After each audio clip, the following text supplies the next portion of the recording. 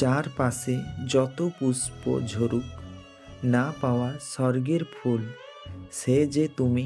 চারপাশে যত জ্যোৎস্না ঝরুক, না দেখা পূর্ণ পূর্ণিমা সেও তুমি।